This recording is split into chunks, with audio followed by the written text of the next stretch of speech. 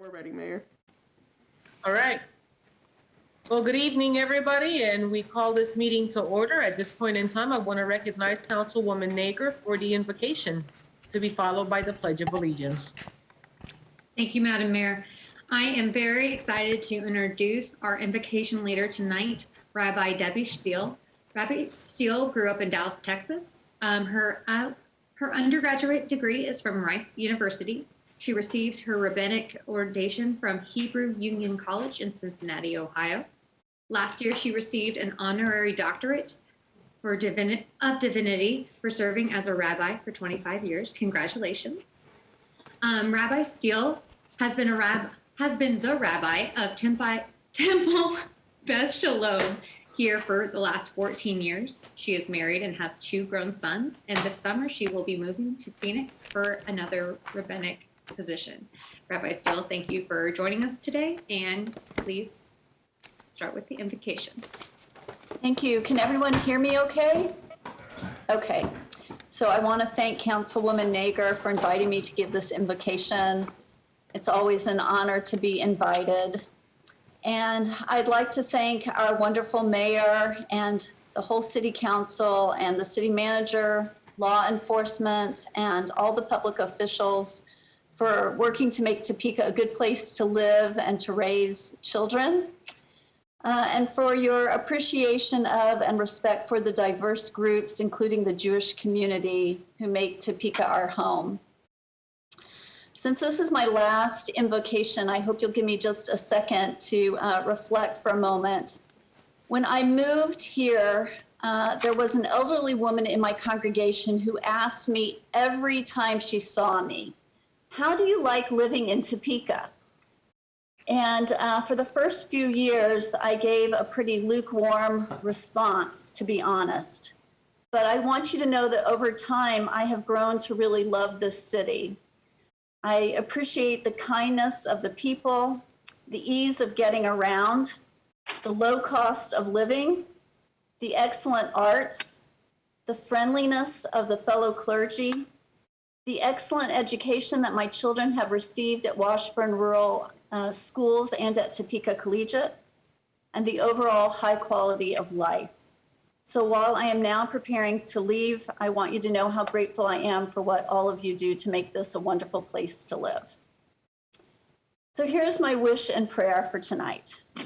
Dear God, source of all, we ask your blessing on all those gathered here today.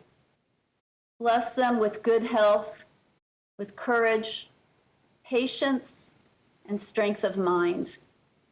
In this time of the coronavirus, keep them healthy, and may they help to keep all of Topeka's citizens safe. We know that preservation of life is the most sacred and top priority. May our leaders bring here the offering of their honest efforts to improve the lives of all of Topeka's citizens.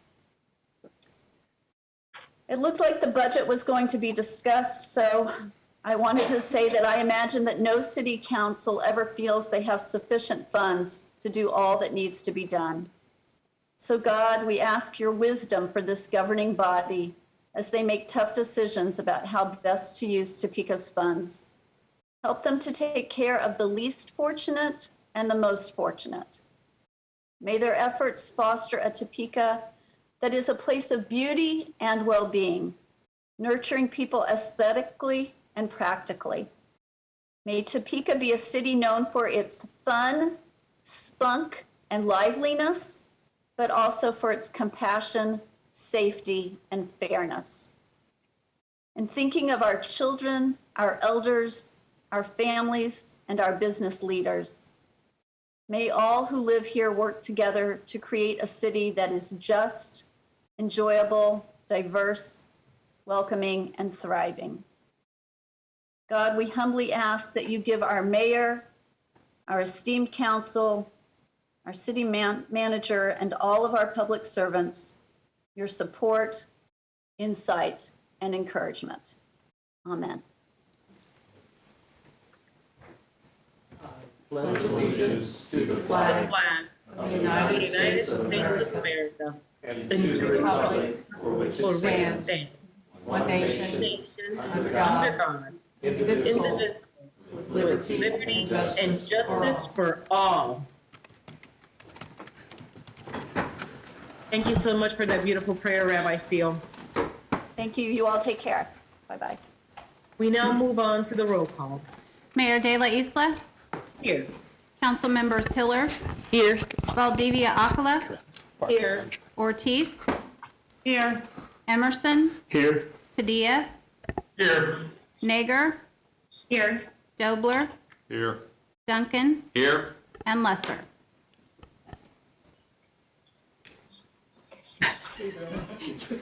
On mute, buddy. We now move on into the consent agenda. If the clerk would read. A, are minutes of the special meeting of May 1, 2020, and the regular meeting of May 5, 2020. And there's a list of cereal malt beverage applications sent out this afternoon, and staff is recommending approval. We have heard the consent agenda. At this point in time, what is the pleasure of the body? I move approval. Second. We have approval by Deputy Mayor, second by Councilman Dobler. At this point in time, is there any discussion on this item? Seeing no additional discussion on this item, at this point in time, we proceed by voting by roll call. Mayor De La Isla, Yes. Council members Hiller, Yes. Valdivia-Alcala, Yes. Ortiz, Yes. Emerson, Yes. Padilla, Yes. Naeger, Yeah. Dobler, Yes. Duncan, Yes. and Lesser. Yes. We have 10 yes. 10 having voting yes, this motion passes. At this point in time, we move on to the non-action items. If the clerk would read. A is discussion of the proposed 2021-2030 capital improvement plan and the 2021 to 2023 capital improvement budget. City Manager. Thank you, Mayor. So tonight, this is our only item on the agenda, and it is an important one as we move forward in continuing our process with our 2021 budget. We've presented information in the past and answered a number of questions related to projects. And so tonight, we're really here to be able to hear from you with regards to what items that you as a group, as a majority, would like to see either changed, or if there are no changes, know that as well. Not being presumptuous in any way that there won't be changes requested. I know that there are some interest in making some changes. So we're here to listen to those types of things, respond. Staff will be able to respond to some of it. Obviously, depending on the nature and number of those changes, we'll have to, the intent is not to gain approval tonight on the final product, but at least to hopefully determine if ideas for amendments are supported so that we can make the notations, because we need to make adjustments with regards to our final product that we present you for approval. So we really would ask that if you do have things that you're interested in seeing changed, that you please bring them forward tonight so that even if we do not have an answer specifically as to regards to impact, we would at least be aware of them and be able to respond during the week, next week, with the purpose eventually, hopefully, of gaining approval at the April 19th meeting. So with that, turn it back to you, Mayor. All right, at this point in time, I'm going to ask the members of the body if they do have any comments to make a gesture with your hand so that I can call on you, and that way we can begin the discussion of the CIP process. Any changes that governing body members have? I know that I did receive an email today with some changes being proposed, but I did want to offer anybody else a chance to just let me know if there's any additional changes or any comments that you would like to make. Councilwoman Valdivia-Alcala. Thank you, Mayor. This being my first go-around with the CIP process, I'm sure I'm going to be doing a lot of listening tonight and listening to those who have done these rounds, for years. What I did want to mention, however, is that with the Northwest Tyler Street projects that are going to be going on for several years, I want to speak out very adamantly that I believe very strongly that those changes or that those constructions should stay in place. The monies may be changing a little bit. It may be reduced a little bit. I am not sure at this point because I have been in discussion with David Bevins about the Northwest Tyler Street project and about the overall plan changing pretty, I wouldn't say drastically, but I think that it is going to, I would imagine, reduce costs from a 3-lane to a 2-lane. So I have sent out a request to see what kind of decrease in dollars that might be. But I want to speak very adamantly about how much North Topeka has done without that particular area of North Topeka. These are hardworking, tax-paying citizens who don't have basic necessities like curbs and gutters. We have a lot of water retention in those areas where they can get waters with the heavy rains that we continue to have up to their sidewalks and in their yards that takes days for that level of water to go down. We have increased incidences of water retention that have that cause folks in that area to be hesitant about going out in the summer because of all the mosquitoes that are gathering with that settled water. So while I know that we are going to be looking for cuts, I would just like to say first and foremost, I believe that this should stay in the plan. So thank you for your time. Thank you for those comments. At this point in time, if nobody else raises their hand, I know that Councilwoman Hiller has, Councilman Doler. Thank you, Mayor. I want to speak just for a minute or two about the Shunga Creek flood mitigation, which is a project funded by the Stormwater Utility. Really doesn't occur until 2023, but quite a bit of dialogue, I think, about the flooding that occurred in 2008, I believe, something like that. Inundated houses from Wanamaker pretty much up to I-70 along the Shunga at that point in time. The Corps participated in a study, and we certainly appreciate the involvement of the federal government, but at times when you take the federal dollars, you live by rules that are sometimes difficult to explain to people that have their homes and apartments and businesses flooded, and basically are told that the benefit-cost ratio doesn't allow them to get any funding to solve their problem. I think I spoke out a little bit against this project. It really impacts the portion we're talking about. It's about 3/5 of the entire distance from Wanamaker to McVicker. Really impacts my district and Councilman Duncan's district. I did speak with Braxton Copley a couple weeks ago, and he indicated that the city would be able, because the study did cover the entire area and recommendations were made for various projects on the west side of Topeka. He indicated that the city would be able to look at those studies, and even though there would be no core participation, program some fixes in the future along the Shunga, not huge projects, but perhaps individual areas that would have the most impact. So number one, I'd like to thank Braxton for really, generating that idea and agreeing to bring that forward. And I would expect to see something perhaps in the 20, maybe 22 budget that would push that process forward a little bit. That's all. Thank you, Mayor.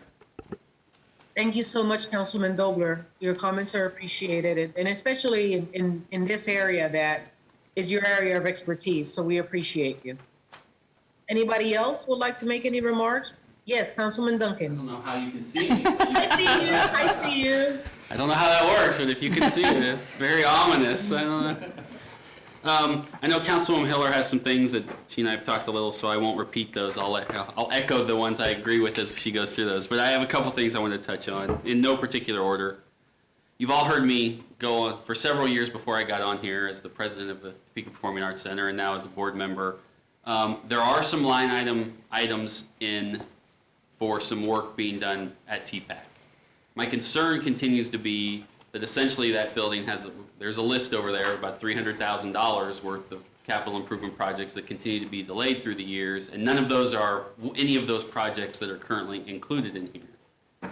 And I know it's tough because we already give them some operating funds on top of the fact that we pay the utilities, and I know it adds up sort of quickly, but as I continue to harp like a broken record, we own the building, and as long as we're going to continue to own the building and operate that facility as a city entity, I feel as I would with any property that we have, we've got to maintain it, whether that's the zoo or TPAC or our city buildings that people use a lot. So at some point, I would like for us to take a look at some of those projects and maybe pick one or two off of them if it's possible and get them fit in here that maybe are high priority that we could say at least gets into this plan so that we know that they'll be dealt with. And that gives that board over there the ability as they do some work. They're fundraising, obviously, with what's gone on, and the rest of the world is a little thrown off kilter, but also gives them some ability to say, okay, we know this will be covered. We don't have to worry about it.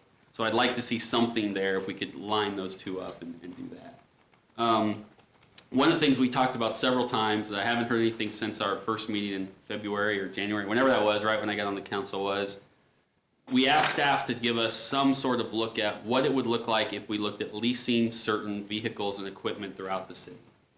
I know there was a little maybe not wanting to do that as much, and I know that it's a lot more complicated than it sounds because of the bonding and what we've spent money for, but I would still like to have us look at what that would look like over the next 5 years if we had to transition to leasing to some of that equipment.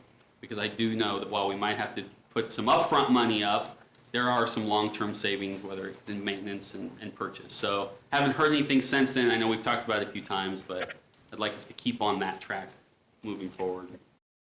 At some point, I feel like we need to talk about the fact that we have a $9 million threshold, but eventually this thing gets us to 12, I believe. And I'm not sure what the process is, but it feels like once we approve this that way, we're all sort of saying, sure, we're okay with that. And I don't know if we are all okay with that, of just sort of doing it that way versus having a very upfront conversation about us moving that cap. And so I would like to have that discussion at some point about, at least an acknowledgement that we are or we're not going to do that and what that looks like. So that was those are my three things. Mayor, can I Thank you so respond? much for your comments. Yes, city manager. A couple of things. The leasing of vehicles, we did cover some of the issues related to that in a previous meeting. And I guess what I would say right now, basically, is that as I look at the budget that we're expecting to need to do for an operating budget, leasing vehicles is going to be very difficult. Our shortage of cash that we're expecting as we move forward with what was proposed, the idea of leasing a vehicle and having to pull that out of our operating funding would be very difficult with what we're going to be looking at. I think that we probably won't be doing much in the way of vehicle purchases next year to begin with. And those that we do, we're going to need to probably finance them or pay cash from when we purchase them, such as our police cars, based on the actual usage that we end up giving. We typically, a lease is not a good option at all with a police car, unless you have to do that. So I don't expect to propose anything related to leasing in the coming year, just because, number one, we're not going to have that many vehicles we'll actually do. Secondly, we don't have the money, and we won't have the money next year. Maybe it's different in 2022. I think it's still worth exploring for certain types of vehicles, lower use vehicles. I would support doing it, but at this point, I have a lot of concerns of being able to do that next year. As far as the 9 million threshold, when we propose our budget, it's based off of the decision in a previous council that raised that threshold. And so we're going on the assumption that that approval continues into this year. So obviously you could make the decision to reverse what was done by the previous council, but that's what authorization we had from a previous council when we did the calculations regarding the budget for this year. let's say this one, I know it's still at 9, but at some point, doesn't, like in years 4, 5, 6, it goes up to 12. I mean, Actually, there are, what I would say is we have projects that push it to that amount, but there's not authorization for us. In years 4 and 5, there is no authorization from you. So even though it shows projects that are higher than $9 million, we wouldn't actually be able to propose that. In other words, things that are in year 4, that are above 9 million, we wouldn't be able to slide into year 3. We will have to make adjustments in years 4 and 5's budget to accommodate the parameters that are established by the governing body. If it's a $27 million 3-year average or total for the 3 years, we'll have to make adjustments regarding that. And it may be that 1 year is 8 and 1 year is 10, but that's the expectation that we would have. Those items that are in year 4 and 5 of the proposal will have to come off. So I apologize for the confusion, but that's how we put it, because we track projects that we think, and then we'll actually propose them in the next time around.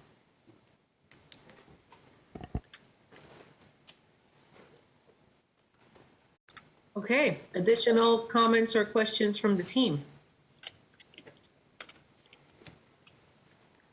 Are we ready for Councilwoman Hiller? All right, Councilwoman Hiller. Thank you, Mayor.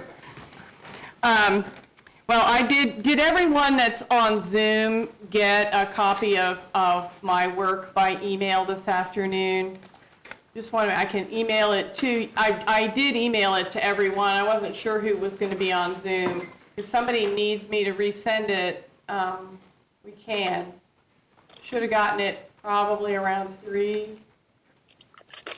It's up to you if you want to follow along, but I wanted to make sure that you could if you wanted.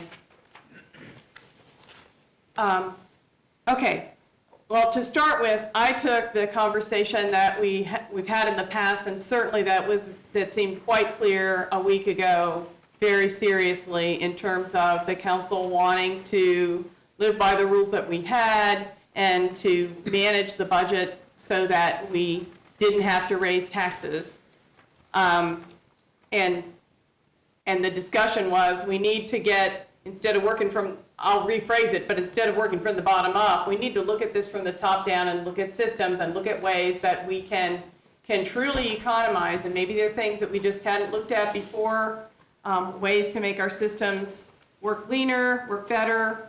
So I took a run at it. And what you have is actually worked. What I did was I started with the GEO bond section of the CIP, and using that theory, looked project by project at them, worked from the top down, and just kind of penciled what we could do, hoping that at the end of that there would be enough money left that we could comfortably move forward and know that we had enough money to pay what we expect to be our share of the Polk Quincy project as well. Wasn't sure how it would come out, so basically just started at the top and worked through it. I will do that with you now, but what I will say is it did come out. We've got 9 million. We've got the whole 5 years at under 9 million a year, so that there is actually 9 million left. We were advised that we might need to contribute as much as 20 million toward the Polk Quincy Viaduct. Hopefully we'll hear Thursday that we're in the first round. And so we might not need it, but if we do need it, we'll need it now because we'll be ready to start moving. And it seemed prudent for us then not to worry about it later, but to have it figured out now up front. Then we could, of course, spend it on something else if we don't need it for those purposes. So first thing I did was look at the facilities. We were given in one of our follow-up handouts a really detailed assessment of facility repairs. That included the zoo, with whom we've been talking for some time about them separating from the city and going on their own. And the parameters in that have included us keeping the debt, but them moving from debt-free from day one forward in that new arrangement, and making their own decisions about what the investments would be and what their expenses would be and so on. So we're really pretty far down the line on that. So the first thing I did with facilities was to level them at 1.65 million for the whole 5 years. This plan had it going up in years 4 and 5. I just leveled it. Then subtracted what for the zoo was an average of $630,000 a year that was in the facilities repair budget. So just took that off. In reviewing that facilities listing, they also had included a substantial amount of repairs that were from the parking utility and from the utilities utility that they would be paying on their own. We also had talked about some economies and them being able to stack together things like lighting projects, new smoke detectors and generators and things like that.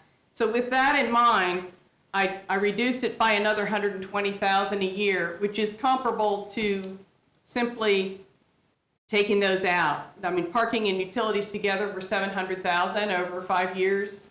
So you can see the math is very close there. That ended up bringing facilities down to $900,000 a year, just for starters, in that sector. The next sector in the plan is neighborhoods, and there were 2 line items there. One is sidewalks. It's $600,000 a year. It's a fairly new plan. We've been following that plan, and I didn't see any reason to change that at this point.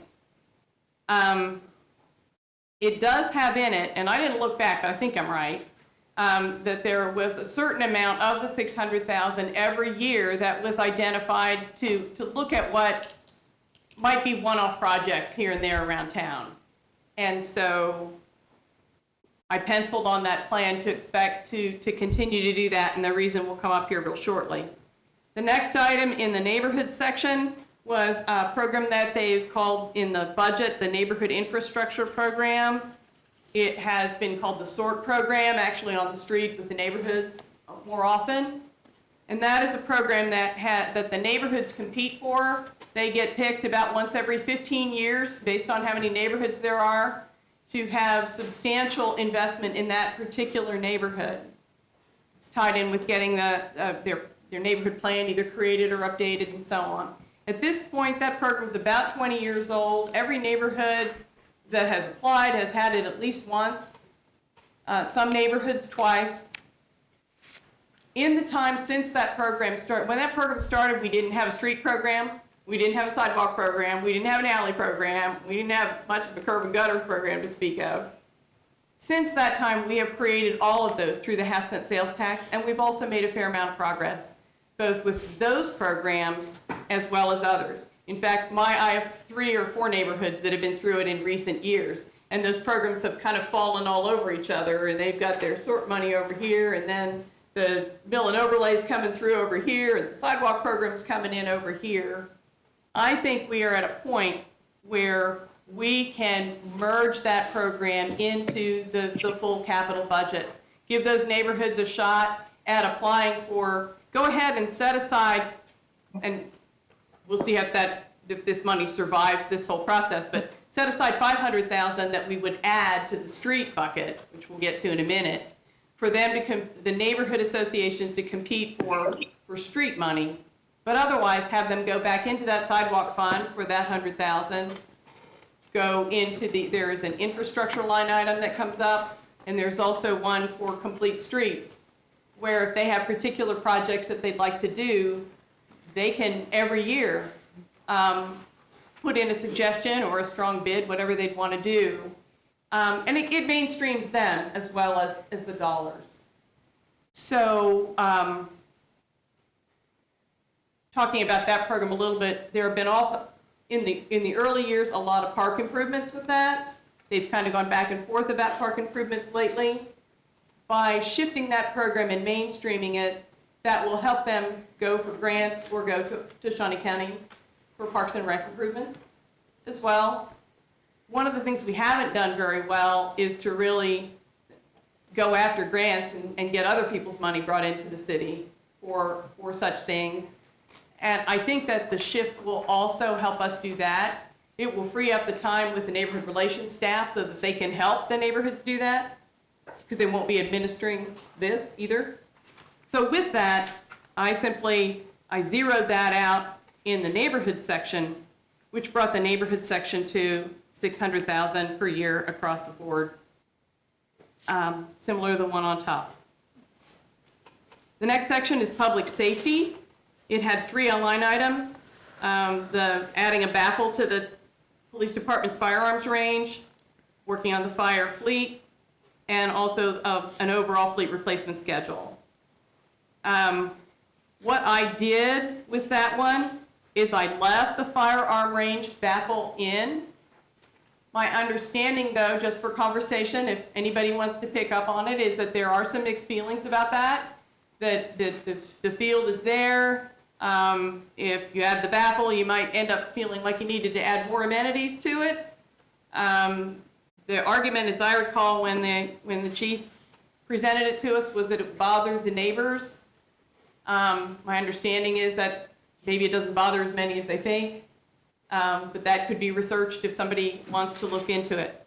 Anyway, I did leave that in for the time being, but if somebody wants to shift some things around, maybe there's some conversation. On the fire fleet, what I did was I pushed it down a year, just exactly as it had been in the budget, pushed it down. In part, that's because it seems that we don't get the fire engines that are in the budget till about 2 years after the budget year that they're listed in anyway. So if we could take the stress off right now, and with that hiccup, get a little closer. With this 3-year budget, it's supposed to be solid, so you could look 3 years ahead and order your fire trucks and count on them coming in. So I felt like we could handle the hiccup. In the budget part of it, it shouldn't, based on what I've seen happen, make any difference in how the fire engines actually arrive to us. I'm not sure we even have the ones from 18 yet, or they maybe just arrived, for instance. Now, that said, when I got down to the 4th year, just trying to balance that section, by leaving the baffle in, I did take out, let's see, I took the hazmat vehicle out. I would, as an aside to city manager, in past years, these have been itemized, and so it gave the council a chance to look and see what vehicles the fire department wanted to get. There was a lot of discussion about the hazmat vehicle last year and whether we really needed this big kind of armed tank thing, and whether in fact using somebody else's, because there are some nearby, or using more of a trailer outfitted with the appropriate materials would be enough. And I missed it at first, but because it was kind of collapsed into just one line item. But I took it back out based on the conversation that we had had before. So that's $850,000 out of 2024. I also took a dip into 2024 to provide the money for the baffle for the fire department. So it's actually about a 1.7 million dip into what would have been a 2.5 million fire apparatus item that year. So just so you know, on the fleet replacement, I did leave $1 million a year in, which is what's in the proposal to us. I had heard the conversations too about the leasing, and it's up to the body, I guess. I think many people who saw the fleet replacement report were a little surprised that we would turn in a car for any amount of money when it only had 120,000 miles on it. And if that was 120,000 miles or 10 years, then maybe we didn't need that many cars if it wasn't getting driven that much. And that was a fairly consistent reaction through that whole fleet list.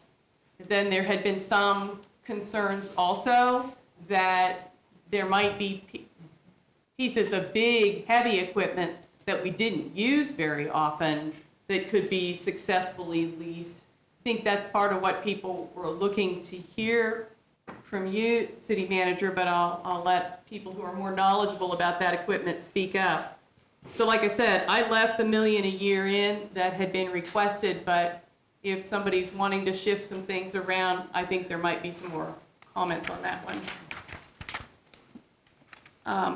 So that left that whole section at ranging from $1 million a year up to 3.662 by year 5.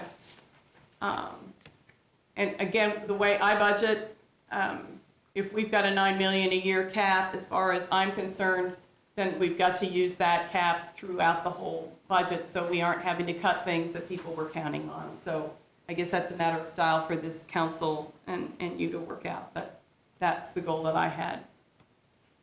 Under street, which is the one that has a lot of itemized projects under it, as discussed, I added a new line item right at the top for the $500,000 a year that would come over from the former neighborhood program. People might feel like what's happened is neighborhoods have gotten stronger, but could be stronger yet in terms of trying to patch together programs or sectors of their neighborhoods to work on. But the $500,000, at least for a couple of years, could help transition if people want to do that. I would think that could be used as match money, like if somebody is going after a TA grant for some improvements to a street or one in particular that they wanted. It could be straight up money for whatever. It could be alleys, curb and gutter as well. That's all together the way we do it. For citywide infrastructure, we have budgeted $200,000 a year for a long time. This budget shows $200,000 for the first 3 years, and then it goes up to $250,000. That we put in back when we first passed the half-cent sales tax, so that because the first half-cent sales tax couldn't be used for anything but the existing street or sidewalk, if there was a little widening or an enhancement that made sense to do at the time that the construction was happening, there was some money to do that. That has been really useful along the way. I also, I think I'm correct that we're behind in utilizing that. And so having that, refreshing that source and letting people, and I would think this could be citywide, not just the NIA neighborhoods, that had a suggestion for something that could enhance while the city was in doing a project or on its own, that this could be a real fresh way to engage the public in what we do, but keep a limit around it, you know, in terms of those optional things that would make things better. Same thing with complete streets. That was a chance to do a bump out for a pedestrian crossing, or maybe a spot in the middle of a street crossing for pedestrians to pause, a median or something like that, or a variety of things that would help the amenities needed to give the complete streets options for pedestrians, cyclists, people who ride the bus. So I left the money the same, but again, maybe we'd open up how we encouraged ideas to come in on that a little bit. On Northwest Tyler, which Councilwoman Valdivia-Alcala talked about, there actually are 2 different projects in there. I would hope that on our checklist from this week to next week, Councilwoman has gotten it started, that we find out if they are downsizing that project, and the reason that $703,000 was added when this budget was created was because they were going to supersize it, then it seemed to me we could roll it back if the decision had been made to keep it at the existing 2 lanes, and then work on the storm sewers and the sidewalks, both of which are very much wanted by folks in North Topeka, and curb and gutter to go with that. So I rolled back that one by $700,000, which is in 2022, and I think it's 3 lines below it, the section that goes from, kind of splits going from Paramore to Lyman, for people that know Topeka, kind of in half. Beverly's kind of halfway, and so this one's the next leg. I similarly reduced that one by $500,000 if it had been supersized, and we're dialing it back a little bit. That one I need to check, we all need to check before next week. Is that an engineering firm or a fast food firm? You dial up when you need to get the food. Supersize, that's what we McDonald's customers call what you guys do. Supersize. On Urish Road, that's a commitment that I guess we made a long time ago. Speaking of supersizing, it's really wide north and south of that leg, and we're talking about 3 lanes, and I'm not sure there's any conversation about that one. If someone has it, that's fine. Yeah. So I didn't change those numbers at all. Getting down to the Fairlawn project. Pardon me? Oh, phew, right? Okay. Getting down to the Fairlawn Road project. It says 23rd to 29th, but I know we already did 28th to 29th and put in a new stoplight and a turn lane and so on. There's a little confusion between the text in the budget and the text in the project page about what they're planning to do. And let's see, is that in your district, Spencer? It is. I didn't know whether now that, the Wheatfields hasn't been full, but if I recall correctly, some of the discussion on that one was the neighbors saying, there is no way we're gonna be able to get out on a Fairlawn with this development at Wheatfields, and we need this and we need that. And I didn't know what the experience and observation had been once they got the stuff south of 29th done, whether there was still a feeling that a full stoplight and turn lanes and all those improvements were still needed. And I've talked to some people out there. I think it's hard to tell right now because obviously nothing's happening. And I think they're waiting for the hotel. I think the real concern is what happens when and if the apartment complex goes up. I think because then that's a set group of vehicles going through there all the time and bringing people. So is the other, but that's a set population. And so I think part of it is that project's still, 3 years off? Yeah, actually 4. It's in 2025. And I think that 5. is something that at some point over the next 18 months, once things are Keep an back to eye on normal, it. whatever, is to go out there and maybe do another traffic assessment and see what it's like now once that hotel's up, and then be able to do, because I've heard from a few folks, but they've gone back and forth. Depends on the time of day, but yeah, I was one of those who was a lot worried living over there what that traffic was going to be like, and hasn't been as bad as we all thought, but Well, in theory, you want it to be because you want it to do well, right? It's kind of a. So, team, I want to make sure that Councilwoman, would you allow a pause? Because it seems like we've had 2 council members that are having comments afterwards. So I want to make sure that we all allot for the time, that in case anybody has any questions, we're on page 2 of Councilwoman Hiller's document. Aside from Councilman Duncan, I almost called you Commissioner Duncan. Aside from Councilman Duncan, are there any other comments to the presentation thus far of what Councilwoman Hiller has presented? Councilwoman Valdivia-Alcala. All right, couldn't find my unmute there. Thank you, Mayor. I just want to say that I would like to, after we get done with your presentation, Karen, my thought is that because of this being District 2, because these being not needs, but not amenities, these are basic, well, not wants, they're needs, they're not amenities. We've already talked about that I'm starting to work with David Bevins and had been communicating with him 2 weeks ago. I can work with him on that to look for cost savings, and I would rather, out of respect for our different districts, have that removed from your plan. I mean, I know you have a lot of hard work into this. I also understand that this is much more than one NIA or one person in an NIA. This is a section of a district that seems to always have things taken from them right when they're getting ready to get started. So I take this personally as a council person. with taking charge in this to see what reductions that we can come with, because again, I think there would have been reductions already from the 3 to the 2 lane, and curbs and gutters are needed, period. That, you know, so that's what I need to say about that. And I'm ready to put up a fight for this because I don't want to see big cuts in this for these needs. So thank you. Thank you, Councilwoman Valdivia-Alcala.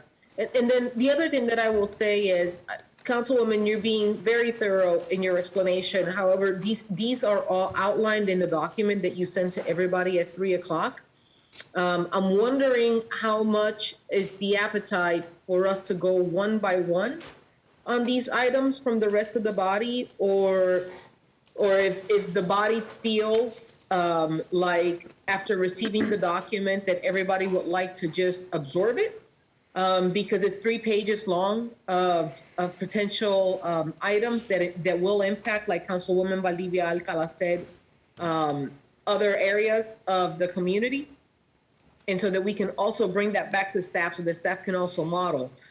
You're almost done, so it's not like I'm saying I want to cut you off. That's not the intent of this conversation. I just want to make sure that I hear a little bit from the body of what the appetite is from the governing body. Councilwoman Valdivia-Alcala. Thank you, Mayor. I agree. I'm still waiting to hear from David. So there's a huge chunk right here, again, that I need to absorb. This is a lot of information. I thought with talking with you earlier, Karen, we weren't going to wade through the weeds. And, you know, I think this is kind of what we're doing. We need to do it. I just don't, I think we all need time to absorb it. Thank you, Mayor. Thank you very much. Anybody else? Councilwoman Ortiz. Thank you. Yes, I too would like time to absorb this. I think there's some pros and cons and good things, and I appreciate what Karen's done.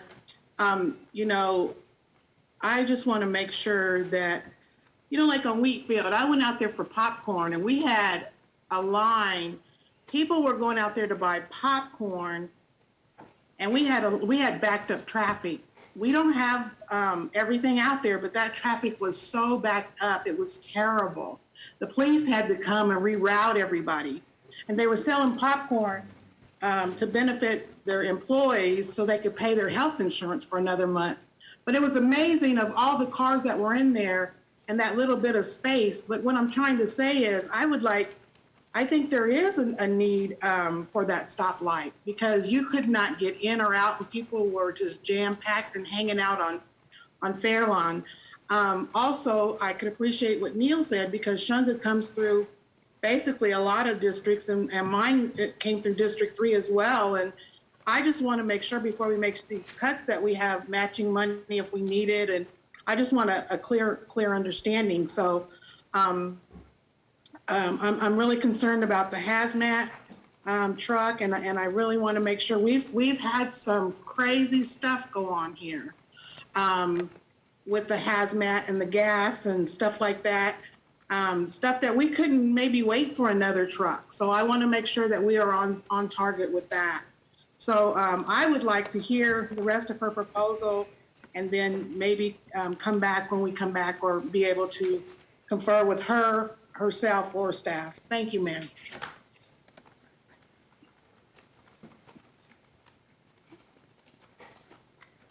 Sorry, I was hitting mute. Okay, additional comments or questions from the body at this point in time?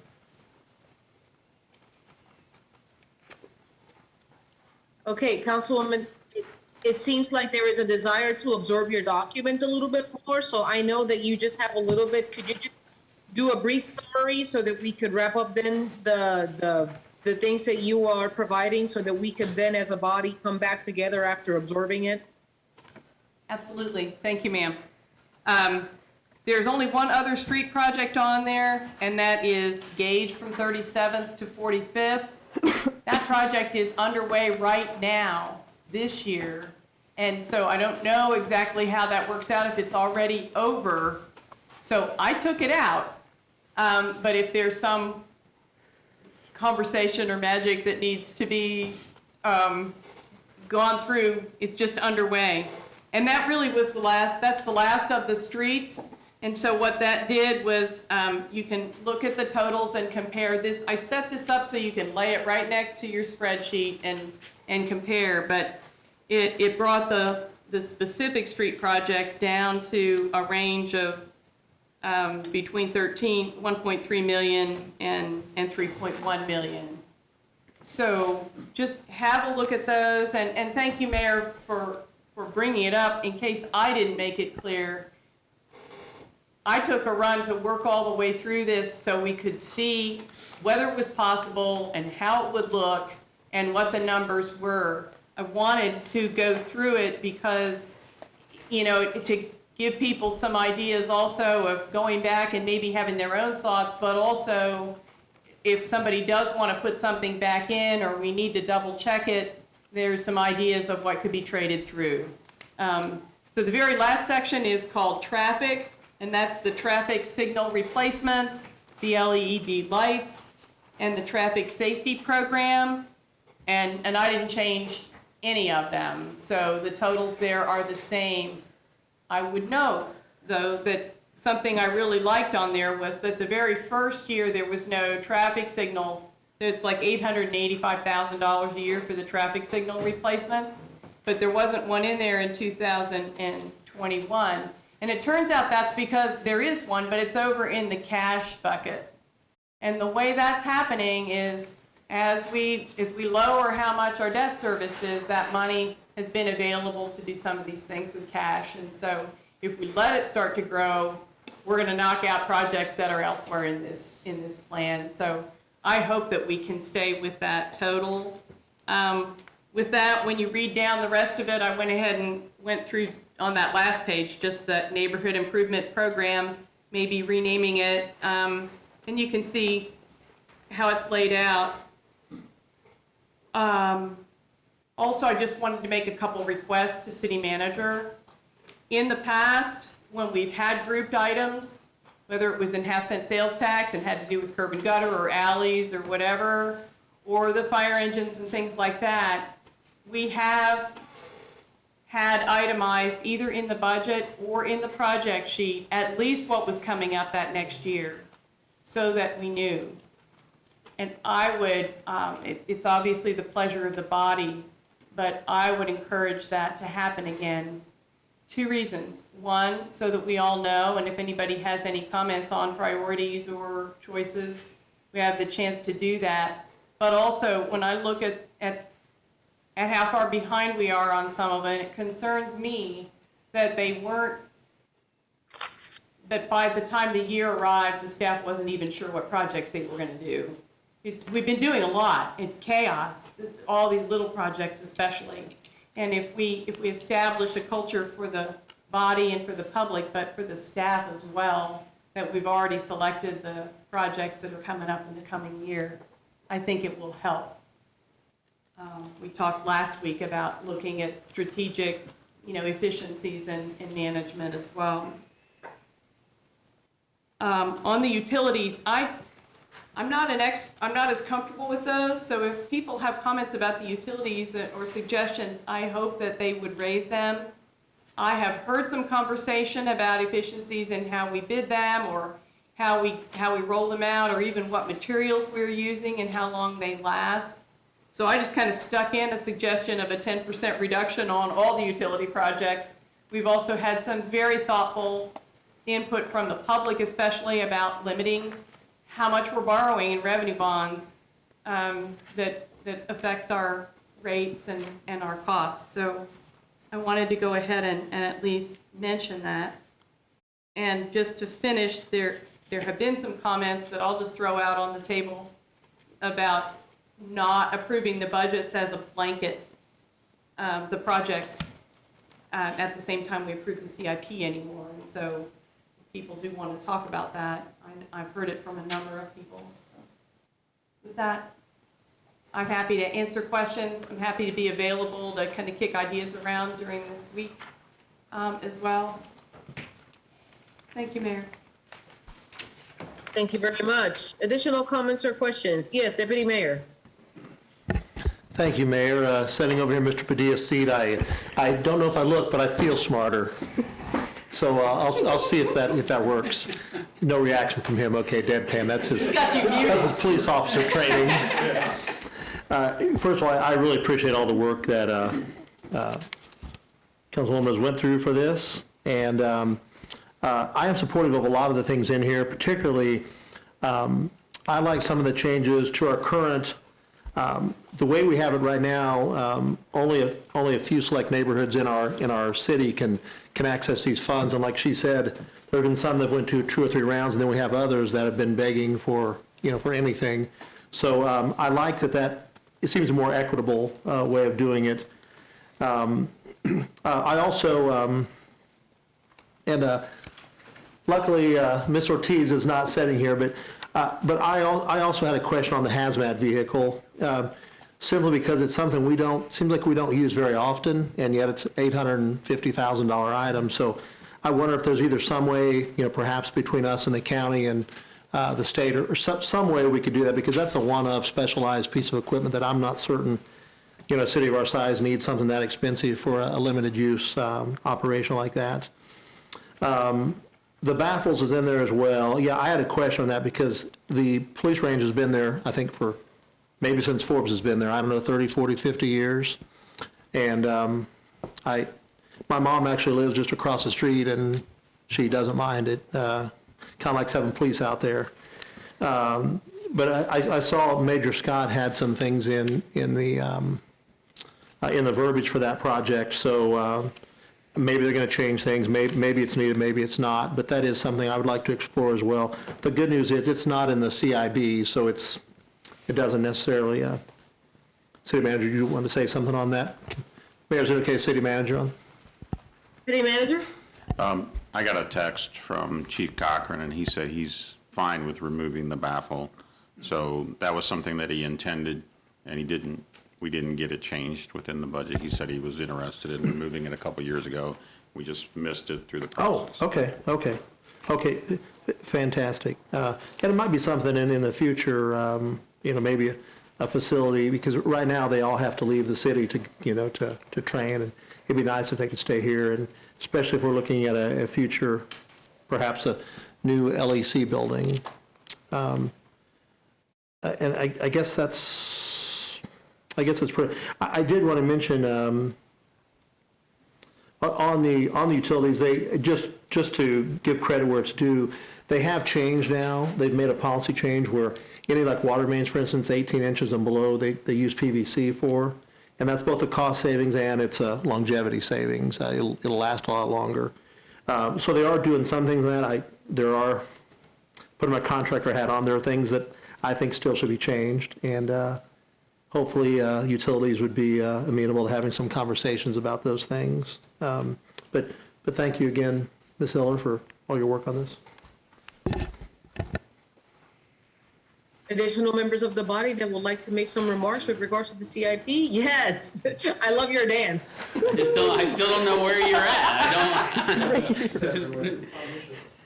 It's okay, I promise you that if you raise your hand, Taylor will move the camera. Okay. Just a few things. Can we get some clarification on the Gage Boulevard? Because they have started that. So is this dollars that, because that project will go into next year, we have to spend, or did we just start it early, or do we know? Jason, are you on? Can you answer the question? I think he is on here. I see Public Works. Manager. There he is. Jason Peak here. Good evening, governing body. So as is typical in our CIP process, when you authorize projects, you give us 3 years of authorization within the CIB. So these dollar figures will be bonded at the end of the final project expense.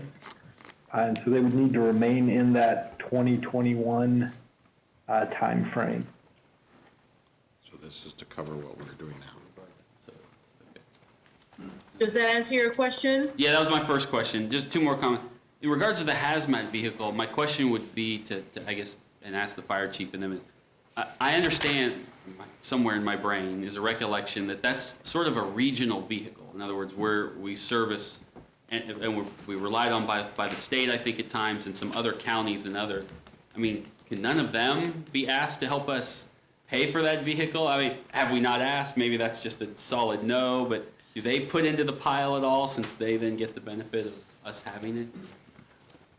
We end up with a reimbursement when there's an incident that happens. I don't know that there's been a look at doing that from as far as the actual purchase price of the vehicle and that effort. I know that this vehicle purchase has been put off for a couple of years in the past, and so that's why, you know, it's in here to be purchased within a couple of years, just because of its lifespan. Well, and I'll say I'm torn on this one because I've seen the current one, and I understand completely why they want a new one. I mean, I really do get it, and what they're working with now is not ideal. And they've done some very creative things, those folks at the fire department, to make sure that what we have currently is working. But so I understand its importance and I believe in it, but I also know since we service a greater good than just our county, it'd be nice if we could at least make some inquiries to the other counties that thanks for the reimbursement, but if you want to, you know, if you want us to continue to offer that, if there's any way they could collectively help, they'll probably all say no, but at least, you know, I always say the worst thing you can do when you ask is get a no. Right, but I don't know, so if there's a way to pursue that or make some asks of those other counties and government agencies that use it, that would be nice. Chief Duke, do you have anything you can add to that? Yes, good evening, Mayor, governing body. I mean, yes, this has been on the books for the last few years. We are a regional asset. I look at the Topeka with the railroad lines, the highways going through Topeka. Yes, there's very few large hazmat incidents, but if we looked at using other assets from other regions, they would be basically doing what we would be doing, but they're further away. We're looking at Manhattan and Kansas City region to have any hazmat response. And one of the greatest fears with the hazmat response is trying to get it mitigated as quickly as possible to lessen the impact on not only the community but the environment. So that is why I would like to keep it on the books right now and move forward with it, because now we need a vehicle to pull the trailer. And if that vehicle goes out of service for whatever reason, our hazmat response is null and void. They've created, it's like I said, it's amazing what they've done. Mayor, could I? Councilman Duncan, when you're done, we will go to Councilwoman Valdivia-Alcala to be followed by the Deputy Mayor. I just had one more question or point, I guess. Yes, sir. And it's to be supportive essentially of making some change, as Councilmember Hiller called it here, her neighborhood improvement project. I think some change needs to be made in that direction. And I think after I spoke with the Councilmember for a while, I went and looked, and she's right. When some of that was created, we are now duplicating services on some level. And some of the services we have created actually give some of those neighborhoods quicker access, I think, and probably more evenly as opposed to once every 15 years, at least an option to maybe get involved every several years or 5 years. And so I think having a discussion on that and looking at making some change there would better service, just because I think there's a more efficient way to do it since we're now duplicating some of those services. So that was all I had. Thank you so much, Councilman Duncan. Councilwoman Valdivia-Alcala. Thank you, Mayor. From the reading that I've done on this, and my thought is that all it takes is one time and to not have it, right? I don't think that, you know, with the fire department, I don't think that there's any luxuries that they have in that way. And I've seen the conditions of their, you know, of their gear and how they have to continually clean it and the small confines that they do it in, and how they created this special room, a lot of the work going in by the guys themselves. And so they do without a lot, I believe, to try to make as much stretch as possible. And if we can only imagine that one time of not having it, when there is a large chemical spill on I-70, you know, how much of an impact would that have? And I think that these are things that we need to think about. And as well as, yes, the regional use, and can we get any money from any place else? But still, to not have it and then need it, it takes only one time. And I also think about the any flow without their assistance with that hazmat equipment that could go into the waters. And we know, I'm thinking of the Shunga, which we've already said, crosses this town. So I would say it's very important to keep it in. Thank you. Deputy Mayor? Thank you, Mayor. If I could ask a question of the fire chief. Chief, did you say it's currently a trailer and you just need a new truck to pull it? Is that correct? Did I hear that right? Councilman, what we're looking at here is moving to a one vehicle application where we would have the ability to where the firefighters, the responders to put on their special PPE, their hazmat suits and everything in a area instead of having to dress outside. There's no room for them to put on their special gear inside that trailer because there's so much equipment in there. Sure. This will allow them to use it as that, and also being able to have access to Wi-Fi. And with the new vehicle, they're able to use their computers in there to use them to test samples of whatever spill is, to get on the internet and look up on the MSD sheet and look at that to see what has spilled and how they're going to approach that and mitigate that circumstance. Okay, Chief, I'll talk to you offline tomorrow on it to get a better picture. Thank you. Yeah, you're welcome. Councilman Dobler? Thank you, Mayor. I believe we've had some information, and I can't find it right now, back on the fleet replacement program for transportation operations. I think there was some discussion. You know, obviously dump trucks, street sweepers, snow plows, things like that, pretty easy to relate to. Frankly, the bottom line is not that huge for the kind of equipment they're talking about. I would, I guess, have a little bit of interest in either getting the question answered or reissuing the information that has already been sent out a few months ago. Platform lift trucks, you know, I think the question was, are there pieces of equipment that get used 3 times a year that we could just go rent? Or Sure. And then really the asphalt zipper, I have no idea what that is. It sounds interesting. Again, is that something we use all the time? Is there somebody out there unzipping things that we need to take some action against? I don't know, but just a little bit more clarity around that issue would be helpful. Thank you. Additional comments or questions? Councilwoman Hiller? I'll follow up on that one since we're talking about fleet. I mean, do we really turn in vehicles when they have 85,000 miles on them? I'd have to look at the age and the makeup, year, model, usage. Yeah, I mean, the replacement cycles that we got were pretty low numbers of months and low mileage as far as turning them in. What's 108 months? 9 years? Yeah. 9 years and 80,000 miles on a compact car. You know, my cars don't even get good till they're 200. But I mean, to drive that few miles over whatever period of time. They're all city miles. Yeah, it's city miles. So are mine. Just was unclear how we were really using these vehicles. We have a model that we use in order to determine when a vehicle should be changed in. We have a policy related to that. Okay. Yeah. I'll just heard some conversations, speak for myself, but just, you know, and a lot of times the big heavy duty vehicles, last years and years and years and years and years and hundreds of thousand miles. So, Okay.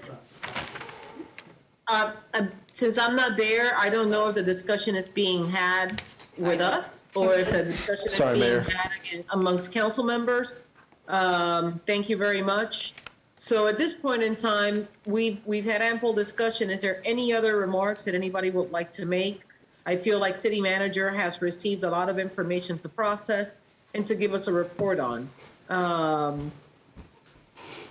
City manager. Thank you, Mayor. I appreciate that, and you're very true. This is a lot of information to take in and to evaluate. I think, though, as we look at the street projects that were identified, I think there's some work that we can do there as regards to figuring out that. Obviously, changing from the sort to something else is a major change. To make sure that you all agree that this is something that we need to change how we're doing business. You know, sort was designed that you would go into one neighborhood and make it much, much better versus this will scatter it throughout our town if we approve this. And if that's the model change that we want to make, I just want to make sure we're going down that route. I need to add up the numbers and see if this is similar in method as to total dollars invested in the neighborhoods, and see what would actually be able to be done. How would staff manage 6 grant programs for this type of thing? And so really trying to figure out how we would manage something like this, whereas with SORT, it's one and the neighborhood figures out where they're going to spend the money. And so it's a different model than what we've been using, and I think it needs to be looked at a little more closely before I can give you an answer on what kind of impact that's going to have. As far as facilities, that 1.65, I need to look at what the impact would be relative to the zoo and what maybe in the future was going to be paid with that money to understand better what projects we couldn't do before I go ahead and say, yes, we can pull out the zoo part of that. And maybe it's left in for this first year because depending on what we might have in the works. So I want to look at that a little closer. I also want to mention that when this number was originally intended, it was 2.3 million. So we've already lowered it to 1.65. And this is where all of our deferred maintenance is being done on all of our buildings. All of our fire department renovations were going to come out of this versus being one-off projects. And so, you know, I want to see what can even be accomplished at the 900,000 level before I say I would, you know, that we're going to be able to continue to make good progress on our deferred maintenance. So that's a concern. I think related to the fire fleet, we'll look at that, get you more information related to the hazmat vehicle, maybe some pictures of what we currently have, what we were proposing to do, better understand how that, and remember, the hazmat vehicle is a 2024 project, so it is on there, but it isn't something that you would be authorizing approval for in this year that we could go out and buy, because that's a 4th-year project. So that is something too, that if we're not ready 100% to make the decision to remove hazmat, we wouldn't have authorization to make that purchase going forward. And then the fleet replacement, we'll look at the types of things that we're purchasing and whether or not the amount of usage, as Councilman Dobler asked for, and then weigh in on what the changes were related to the Tyler Lyman project and whether that's going to move forward, and also the Tyler Paramore and how that might be impacted. And we got the answer on the Gage project, and then obviously the Fairlawn project, we'll look at how that is modeled in. And I think that's kind of the notes that I took as to what our take-homes that we need to work on for you. But I would ask, Mayor, if indulge, is that if there were questions that Jessica Lemondola, our finance director, might have from this discussion that I've missed that she needs to get additional clarification on. Absolutely. Ms. Lemondola? Hi, good evening. I didn't receive Councilman Hiller's draft document, so I need the time to go through it, and then I'll reach out. And also, at this point in time, Councilwoman Heller, are you submitting that for the record so that it becomes a public document? Yes, ma'am. The city attorney and the clerk have copies here. Thank you. Councilwoman Valdivia-Alcala? Thank you, Mayor. City Manager, I just want to make sure that you've documented as well that I am in discussion with David Bevan on the Northwest Tyler project, so there's no misunderstanding. That you're in what regarding that project, ma'am? Talking to him about these projects, about, it still shows going from a 3-lane, but it's actually been changed. The design has been changed to a 2-lane. So I want to make sure that we're clear that I'm in discussions with him right now about that to see what kind of cost savings we could be looking with that, because I am not for this. Okay, but if we can talk about cost savings, then definitely I think it's, it's worth looking at. But I just want to make clear that you understood that as a dialogue that we were having about this. Yes, and that's dialogue that I need to have with my staff as well regarding what changes that you're talking about. He sent them to me, so I just want to make, he sent it all to me that there was changes that they were making. So, and that was about 2 weeks ago, from 3 to 2-lane. Okay. Thank you. Thank you, Councilwoman. Okay, at this point in time, any addition? Yes, Councilwoman Heller.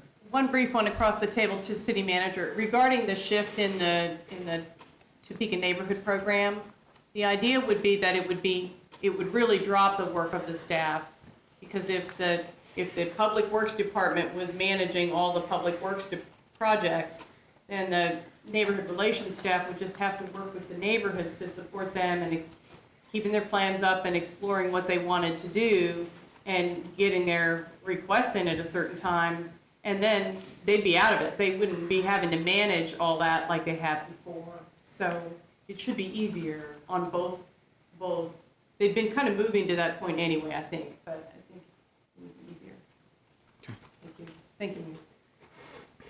Okay, anybody else? Seeing none, thank you so much. This is a great discussion. The city manager now has his work cut out. I'm sure that he will return back to us with his comments and his recommendations based on everything that he has received today from each of us. At this point in time, we have no public comments. However, the clerk does have public comment. Is that correct? Yes, I received several emails. They'll be included as an attachment on the minutes. Thank you very much. At this point in time, we move on to announcements. If the clerk could read her announcements first. On the May 19th agenda, we will set a public hearing for Aquarian Acres subdivision number 9 for a special assessment on June 9th. And then we will have the resolutions for the CIP and the CIB, and then the corresponding CIP revenue bonds. We will also have a discussion for the 2020 operating budget update. And that's it. City manager. Mayor, tonight, the only thing that I have is just to let everyone know that we do intend to open city buildings to the public on May 18th. We will primarily continue to do our work related to remotely and so forth, but a person would be able to walk in the door and request service if they so desired, which we haven't had available to them. We continue to be available as far as, by the phone and other types of meetings to deal with whatever issue that a citizen may have or a person that's doing business with us. But we will open the doors, and that'll be also for the court. The court will begin to open up and do business in person on the 18th as well. Only remark I have today is to remind everybody, make sure that you wear your mask. When you are out there, it's important that you use this. It's a sign of kindness. If you need to see somebody that's super cool with their mask, look at Councilwoman Valdivia-Alcala. She's got the coolest masks ever. If you go to Our Lady of Guadalupe, you will see Padre Arano has a really cool Guadalupe mask. Using a mask is a sign of you having kindness towards others. And it's important in our recovery because just this weekend, we ended up having several cases. We've gone from 20-something cases to 58, I think, today. And that's just in the course of 2 weeks. I finally braved, 2 weekends ago, I went to 2 stores and it was kind of scary that nobody was using them. Last weekend, I went out with my girls to a restaurant. Nobody had the masks. And then in addition to that, I went to Skinner's to pick up some things, thinking that, hey, it's on the outside, it's not going to be too bad. It was packed. Nobody had their masks. So their employees did, which I will give them a lot of credit for, but I'm talking about our general public. So just remember, this is an act of kindness. This is making sure that you help us sustain our recovery. When you're taking care of yourself, you're taking care of others. So please make sure that you use your mask when you're outside, and understand that if you can't do your work at home, please work from home. Today, I was going to be in there, but I chose to work from home just to show that I really mean that we could be working from home. Councilwoman Naeger. Thank you, Mayor. Just want to echo your comments that it is so important that we all realize that we have a role to play in our recovery efforts, that we are respecting each other and each other's space. If you do need help, make sure that you are reaching out. There are many different resources online. And there are lots of people working around the clock to make sure that those resources are available. And also know that we are in the middle of budget talks. Tonight is not the end of anything. So if you do have additional comments, please contact us. Thank you, Mayor. Councilman Dobler. Thank you, Mayor. First of all, I'd like to thank Councilwoman Hiller for the work on the CIP. As somebody has to kind of kick this off, it's a lot of information. And I know I've found that sitting on the other side of the table, it's almost too much to absorb, even if you kind of understand it. So appreciate that. As was mentioned a little bit earlier, the state of Kansas on Thursday at 10:30 is going to announce the first 2 years of the new highway program. We really haven't talked about a highway program for 5 or 6 years now, so that's pretty exciting. Obviously, we hope the city of Topeka is successful in at least getting the Pope Quincy Viaduct project kicked off again. So we'll wait and see. Thursday at 10:30, the governor will make the announcements. Thank you, Mayor. Councilman Duncan. So the next couple weeks would have been for many graduation weekend. It still is. Hopefully everyone is still graduating, but like many of us, a lot of them won't get the same experience because of what's gone on the last several months. I've got a niece who is graduating from UMKC, and I've got a cousin who's graduating from Topeka High. Both of them, very proud of the work they put in 4 years. So I just want to remind everybody that would sort of be the next 2 weekends, and remind all those graduates that while it's a little bit different, they've persevered through this. And while some of us who graduated joke about how boring our commencement ceremonies were, we're still always glad we went through them. And so I sympathize with everyone who won't get to the sort of traditional ceremony. And just want to, remind everybody that those folks are dealing with that these 2 weeks of what would have been. And so I feel for all of them, but I also want them to know that it doesn't diminish the accomplishment at all. You will still have that diploma. You still did all the work. You still earned it. And so go forth and do the best you can. And congratulations to all those folks. Wonderful sentiment. Thank you so much. Councilman Lester. Nothing. Councilwoman Hiller. Thank you, Mayor. First, a reminder that the 17th of May is the 66th anniversary of the Brown v. Ford decision here in Topeka, something of which we're all proud and still working on. Other than that, across the table again, having been buried in the budget for the last week, City Manager, 2 requests. One would be that the full council get a briefing on exactly where we are with the City Hall renovation project, what's being planned and where we are with it, since it's our home. And second, I know that you and staff are working on getting ready for the budget workshop workbooks. I personally I really like what everybody's done with them, so I want to get everything I've had in the recent couple of years that I'd like to have us reinstate the budget, line item budget sheets, particularly this year when staff is, as we understood it from last time, going to be looking at making changes, operating changes, or considering them. It's easier to follow, even if it's a lot of information. Thank you. Councilwoman Valdivia-Alcala. Thank you, Mayor. Just to remind people to keep taking care of yourselves, checking in on your elders and family, stay connected as much as you can, wear your masks as a way of us taking care of each other, having respect for each other. And also, I'm sure I'll see a lot of you at the JADO meeting. I'm a non-voting JADO member, but I had some, we all received that rather disturbing email from Topeka Jump about what appears to be the SOTO ridership for workers that don't have a vehicle going out to their jobs in the South Topeka area, Southwest Topeka area. And so there seems to be a lot of confusion. There seems to be no clear answer on if the SOTO ridership program is actually still in effect with the emails and phone calls that I've had.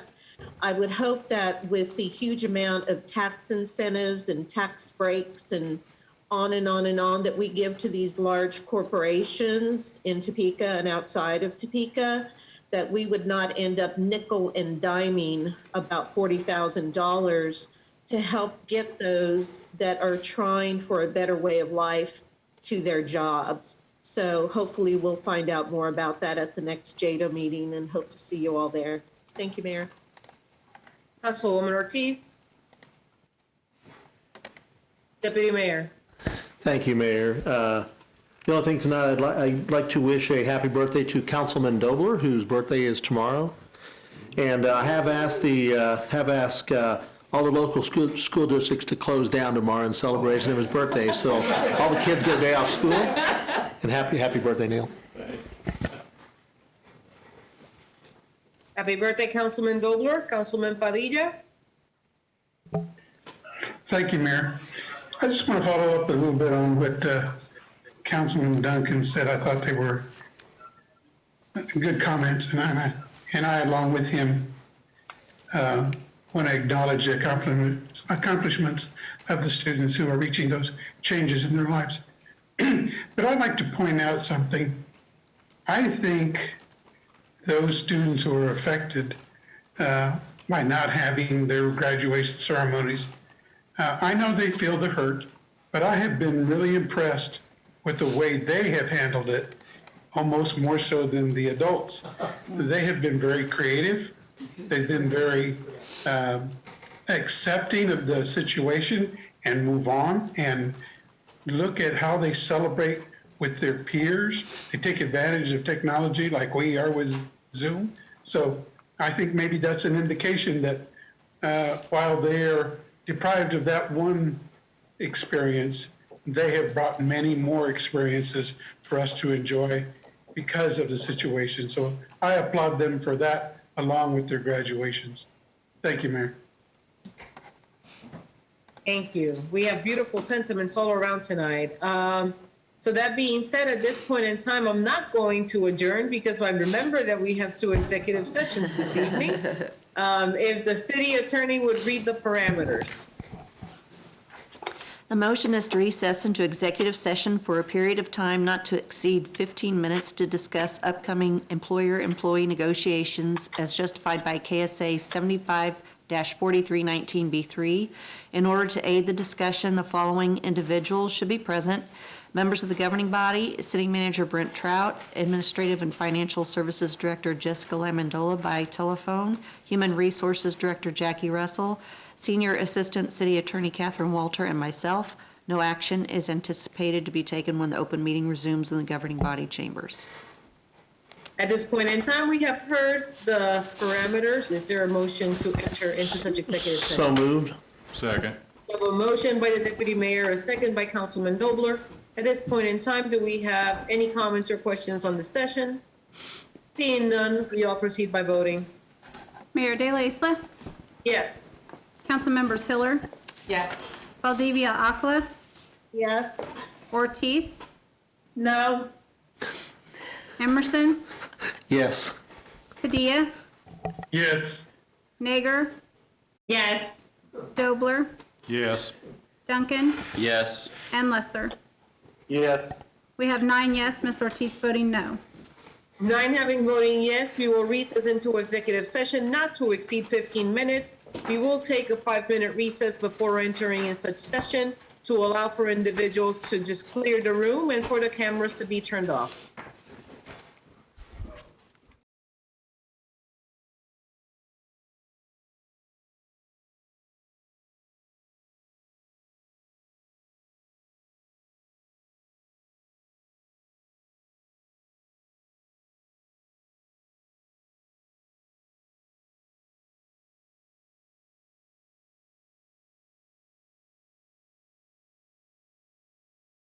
All right, at this point in time, we have exited the executive session and we have not taken any action. However, at this point in time, we do have a need to re-engage in the same session for an additional time not to exceed 10 minutes under the same parameters. Do we have a motion to re-engage in the same executive session? So moved. Second.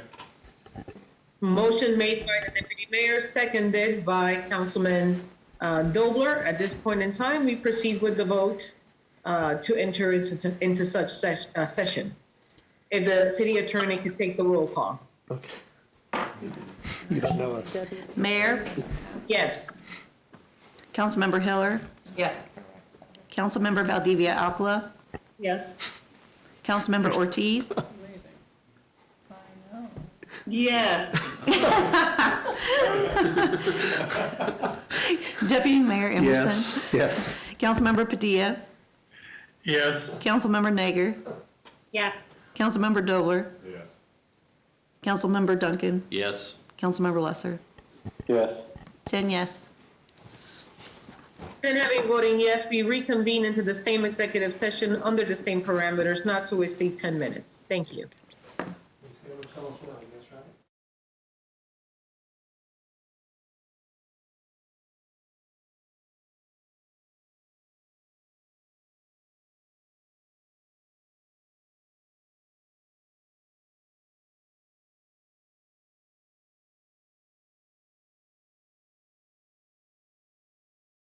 All right, at this point in time, we are done with our first executive session. No action has been taken. We are in need of going into a second executive session. If the city attorney would please read the parameters. The motion is to recess into executive session for a period of time not to exceed 15 minutes to discuss confidential employment matters pertaining to non-elected personnel as justified by KSA 75-4319B1 in order to protect the privacy of those discussed.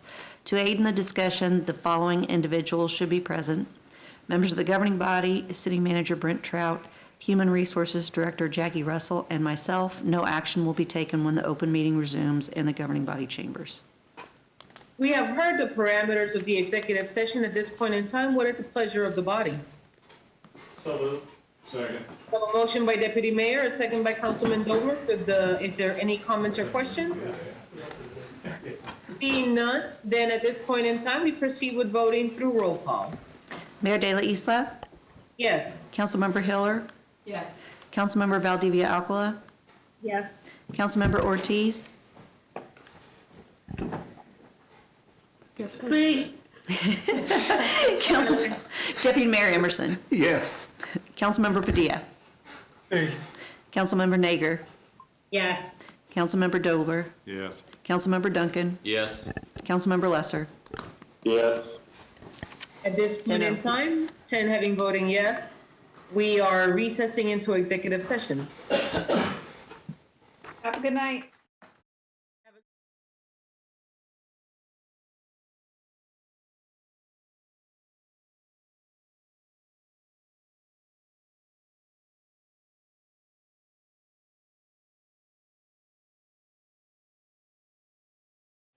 All right, we have exited our executive session. No action has been taken.